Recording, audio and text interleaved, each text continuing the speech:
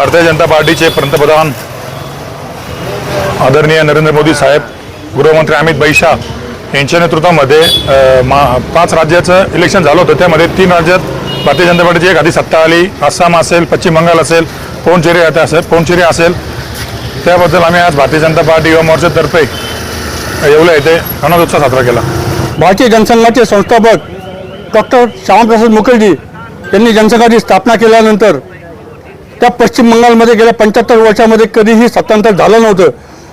परंतु नरेंद्रजी मोदी आणि अमित शाह यांच्या चाणक्य नीतीने आणि योगी आणि हेमंत विश्व शर्मा या दोघांनी जो प्रचंड झंझावाती प्रचार केला, त्याला पश्चिम बंगालमधल्या मतदारांनी साथ देऊन पश्चिम बंगालमध्ये पहिल्यांदाच भारतीय जनता पार्टी ही तिथे सत्तेवर आलेली आहे आणि त्यामुळे डॉक्टर श्यामाप्रसाद मुखर्जी यांचं स्वप्न पूर्ण साकार झालेलं आहे।